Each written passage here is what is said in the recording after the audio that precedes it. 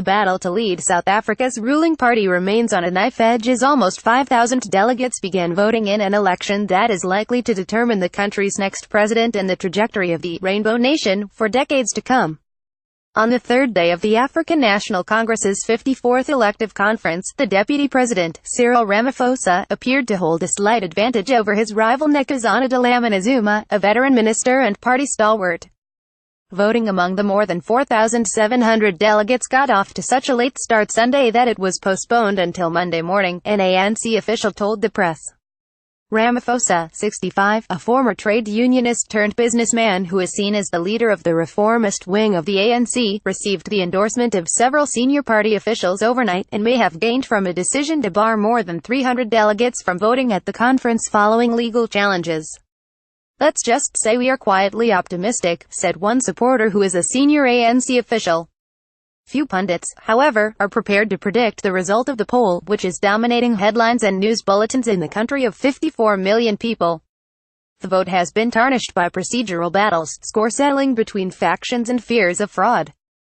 The two main contenders for the leadership represent dramatically different styles and ideologies, and the choice to be made during the 5-day conference is one of the most momentous in South Africa's recent history, analysts say. Deputy President of South Africa Cyril Ramaphosa photographed Reuters partisans of DlaminiZuma said the 68-year-old was well placed to succeed her ex-husband Jacob Zuma, who gave his final speech as ANC president on Saturday night. "We are articulating the sentiments of society. This is what is key here. DlaminiZuma will win, but some compromise may be necessary," said Billy Sotetsi, an ANC activist and TV commentator. So far the conference, held in Johannesburg, has seen hours of tense arguments over which delegates should be allowed to vote.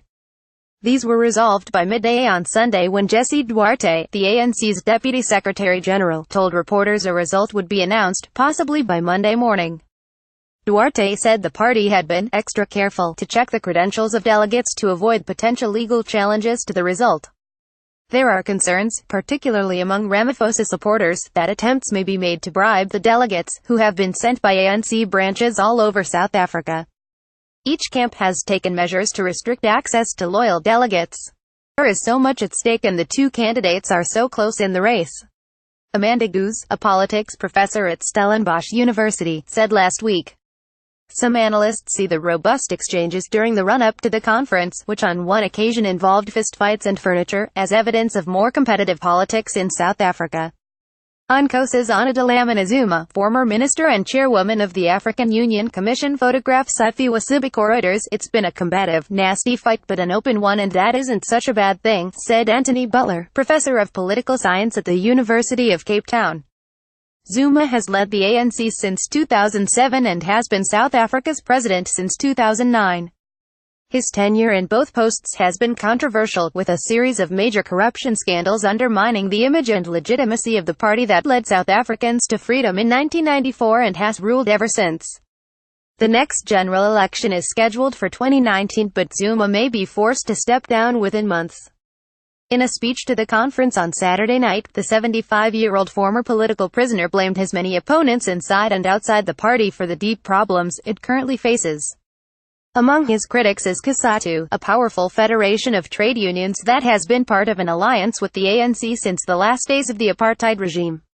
Nkoszana, COSATU's Secretary General, said on Sunday that his organization was quite clear it was supporting Ramaphosa. "We need a leader who has the intention of uniting the ANC, uniting the alliance with COSATU.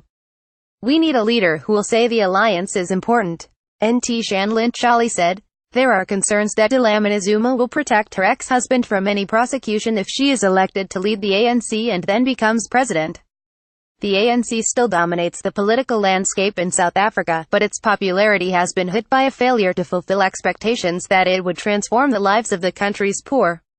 The party lost control of several cities in municipal elections last year and may be forced into a coalition after the coming national election.